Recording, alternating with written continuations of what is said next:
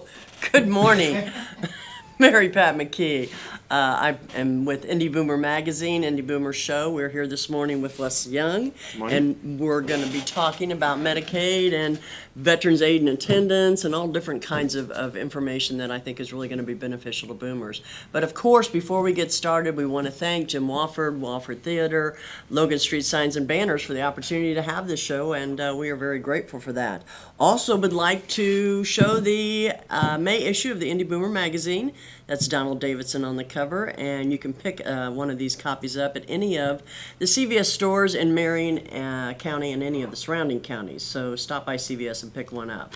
So, Wes, let's jump into this. You've got some good information, and time always seems to fly on this show. Wes writes a page for us, Money Matters, in the Boomer Magazine, and on this particular issue, you were talking about how to help mom and dad pay for their care.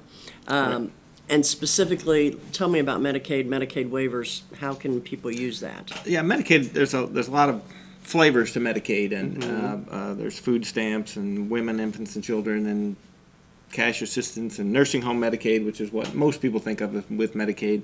But then there's also a program called Medicaid Waiver, and Medicaid Waiver has been around a while, but it's always kind of been kept back. A lot of assisted living facilities will have a Medicaid waiver, a slot, as they say, available.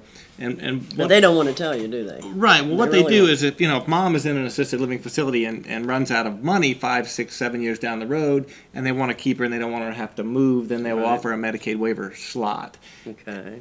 But a lot of the facilities now around town have found out that if they open a new facility with all the competition, that if they offer a Medicaid waiver, they can fill their facility pretty quickly. So it's really a boon to families who, can't always afford $2,000, $3,000 a month. Yeah, and that's a minimum. $4,000 a month for assisted living. Mm-hmm. But with a Medicaid waiver, they can. And the way it works is there's an agency in town, SOCOA. They are the ones that Central Indiana Council on Aging. Right, and they will come out and do a health assessment, and if you pass the health assessment, which basically means you need help in a couple of areas. And most people move to assisted living because you need help, not because it's fun or you well, it want to can leave be your fun. home. Don't make it bad. Right, I mean, it can be fun, but that's not the reason you go. Right. You go because you need a little bit of help. Yeah. And being at home at the end of a long driveway is kind of a tough thing to do all winter. Right. So being in a facility is a great thing to have available. So under the Medicaid waiver, if SCO comes out and you meet the health issues, then you qualify for Medicaid, which we'll talk about here in a second. Okay. Financially, then under the waiver program, you only owe $733 a month to the facility, the assisted living in which you live in, and Medicaid pays the rest. Right. So they may, whatever your level of care is. So if you're level 2 or 3 or 4 of needing care, help with showers, help with medicine, help with assisting down in the dining room or getting dressed, Medicaid will pay any of that bill over and above $733. That's all you owe. So for a surviving spouse or a widow that doesn't make a lot of money, that gives them the opportunity to afford assisted living, whereas otherwise there's just no way they can afford $2,500 a month. Even if you have 2 or 3 kids, they can't afford to kick in $700 each a month to help support mom. So Medicaid waiver is a great way to afford assisted living when you really couldn't before. And VA benefits is great. We've talked about that on previous shows. Yeah. And we might touch on that a little bit later. Yeah. But the Medicaid waiver is a great way to get in. And some of the facilities have even gone as far as saying, a studio is what they will offer you for $733. If you want to go to a 1-bedroom, they'll add an additional charge for the facility, so it might be $1,400 a month. And if you want to go to a 2-bedroom, it might be $2,100 a month. That you would pay. That the person would pay. But it's still discounted at least by half if you can get Medicaid to help pay for the bill. So Medicaid waiver is something you should always ask if you're going to look at assisted living facility. Do you accept Medicaid waiver? Because for some folks, if you run out of money, it's a way to stay in the facility when you've been there and know people and are comfortable and are getting older. Other times, it's a way to get into the facility right off the bat to afford something as opposed to staying home until you fall or have an issue and then you have to go to a nursing home, which is not a better quality of life than an assisted living would be. So it's a great program. Well, let me ask you this, and this may be a falsity. That's why I'm not sure. Do the assisted living facilities, retirement communities, whatever you want to call them, do they have only a percentage of beds that are Medicaid? Yeah, they can. Do you know what I mean? Yeah, they can certify a few beds or the whole facility. Okay. It's really up to them on how they want to do it because they have to jump through hoops, staffing, certifications, all kind of things to be Medicaid eligible. And once they do that, then they can designate a number of rooms or beds that they want to be able to accept that way. Okay. The other question I have for you is when Medicaid looks at a person and you don't have that much money, I'm assuming that means they don't have any assets either. Right. Medicaid, to qualify for Medicaid financially, which in the state of Indiana, you have to be down to, the applicant has to be down to $2,000 in savings, not income, savings. Okay. If you have a spouse, they can have a house up to about $550,000 of equity. They can have a car. The spouse can keep quite a bit of money, in some cases up to about $20,000 Really? of assets. So they don't really want the healthy spouse on Medicaid, or the healthy spouse on welfare, because the unhealthy spouse is on Medicaid. Okay. So they allow the healthy spouse to keep a car, a house, and a big chunk of money. And with the planning that they allow us to do, I can save 100% of the assets for the healthy spouse, no matter what's in whose names, because Medicaid does count husband and wife together. Okay. So your assets are together. So if it's your IRA and my checking account and our joint checking account, that's all assets counted by Medicaid. So just putting it in a healthy spouse's name does not protect it, but there are things that we can do to protect it. And the Medicaid manual spells it out. It's very simple. You just need to assert those rules to your situation. And to your advantage. And this is where you come in, Wes. And that's what we do. Ask an expert, because it's hard to muddle through. I mean, there's so much. I even know people that deal with it and they're still confused. Well, nobody's ever done it before. Yeah. You're doing it one time late in life. It's kind of like doing your taxes for the first time ever. Well, you've been doing them for a number of years since you've worked. Right. It's still confusing on a Sunday night laying it all out just to get it to a CPA. Can you imagine trying to do it all yourself if you didn't know what a 1099 and a W-2 and a 1040 and a quarterly? Schedule K and a Right, whatever you got. So when you're dealing with Medicaid, it's all the same type things, but it's all brand new. And a lot of times it's once your spouse has already had a health issue or a stroke or fall or something, and you're already concerned about them, and now you're faced with this as well. So, much like a CPA helps you with your taxes, I help you with this, and I know all the rules. You could kind of say I read the box top to the game. I know the rules. So, and the rules allow you to protect your stuff. Right. And here, probably in our second segment, we will talk about some of the new changes in Medicaid that are just fantastic for protecting assets here in Indiana. It's great stuff out there. Well, another question for you: if somebody wants to go to a facility and I'm thinking the Medicaid, they have to be licensed, right? The facility? Yes. Yes. For Medicaid to even work. So, like some They of have to these accept assisted, but if they're not licensed, Medicaid probably can't even go. They probably don't even accept Medicaid, probably. Right. Probably not. Okay. Probably not. Okay. That's a good question for the facility when you do your tour. Okay. Very good. We're going to be back in a few minutes. We'll talk some more about this. Stay tuned.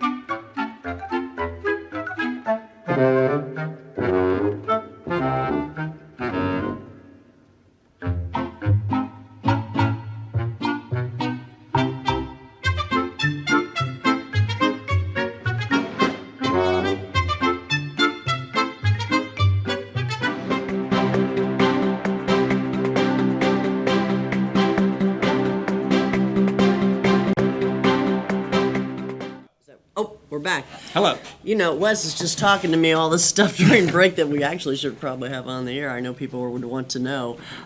Indy Boomer Magazine, I'm Mary Pat McKee. This is Wesley Young. He works with a company called Senior Services... Senior Solutions Consulting. Senior Solutions Consulting. I've only known this for how long, and I knew I would mess it up.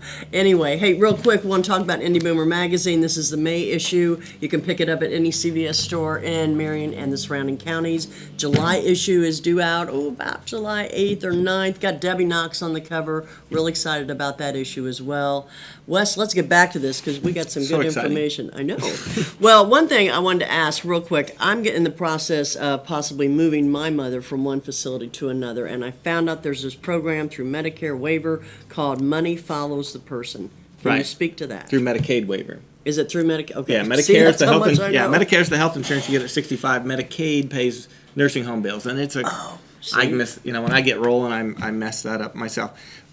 There's a program under Medicaid called Money Follows the Person, and it says if you qualify for Medicaid and are approved for Medicaid in Indiana for 90 consecutive days, right, and then it's deemed that you're well enough to leave the facility or go somewhere else, like back to assisted living or back home with home care, and the doctor and the social worker and everybody involved agrees that it's a safe environment that you're going back to, right? Okay. Mom can't go back to a tri-level by herself, right? But if she's moving in with a child, or she's got care at home, or she's just well enough now to go back home, Medicaid says, well, we would much rather pay for assisted living, which is half the price of a nursing home, or in-home care, which is, again, a fractional portion of a nursing home cost.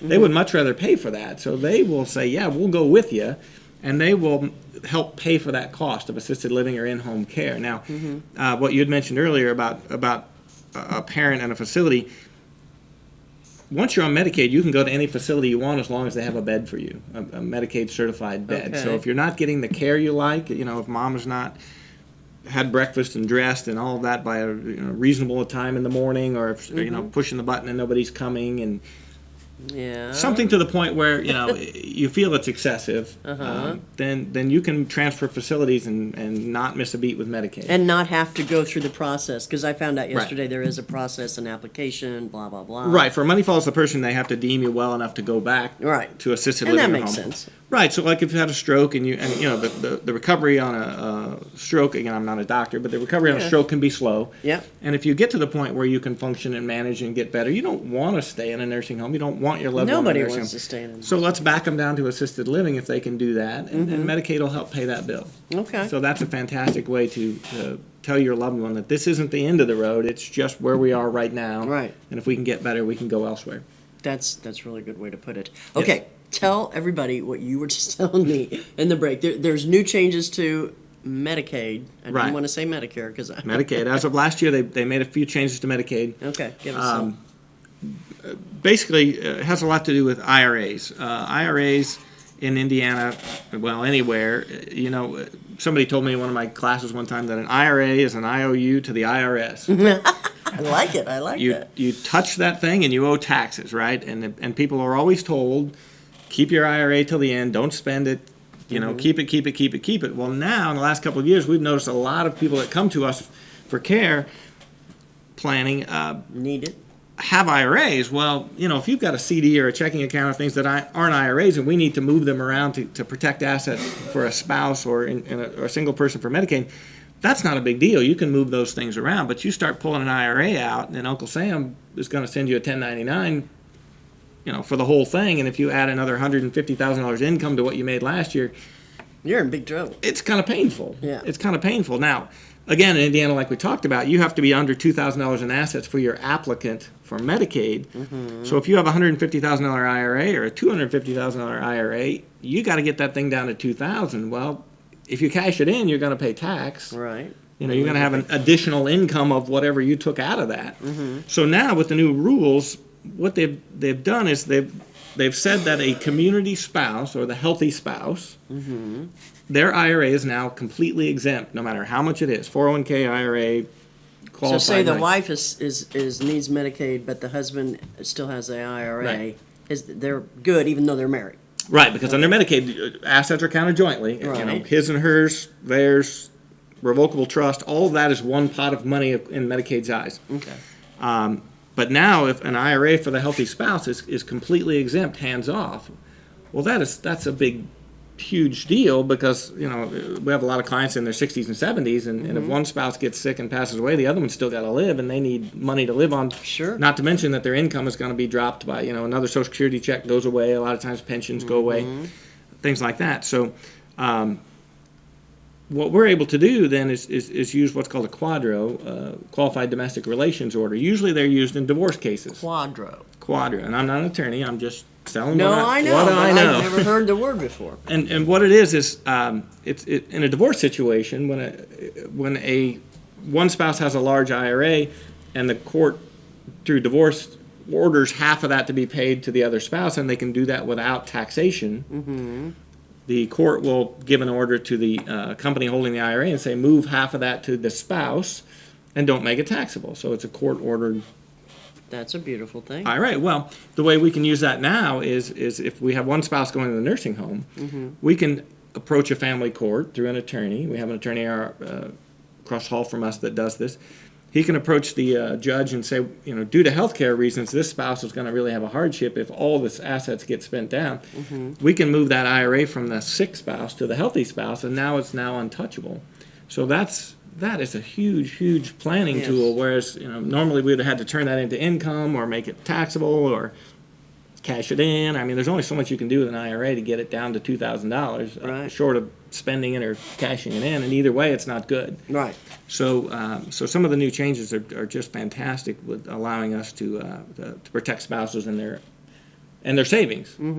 Their savings. So, one of the things that you've got, Wes, at your disposal is you have attorneys, you have other resources of people that are experts in their fields, but what you can do for people is you can sit down with them and tell them strategies and explain to me what exactly you guys can do. Yeah, we kind of look at the whole picture. We're not CPAs, but we know a lot about taxes. We're not attorneys. We know a lot about legal things, and we can bring together ideas and then bring the people to the table. So a lot of times, if you're my client because of your mother or father, I'll say, do they have an attorney or a CPA? If they do, bring them to the table, because we learn things every day from these other professionals that are able to help us, but they don't always.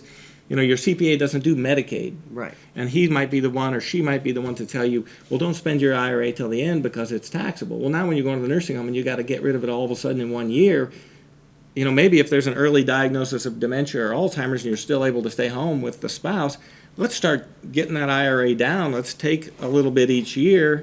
You have tax brackets, and if you're only here, we might as well take as much as we can out of the IRA at the lowest tax bracket every year, so that when you will need to go, because they haven't cured Alzheimer's, dementia, Parkinson's, some of these things that tell me that you will need care in 4 or 5 years, well, let's use that 4 or 5 years to get your assets in the right position.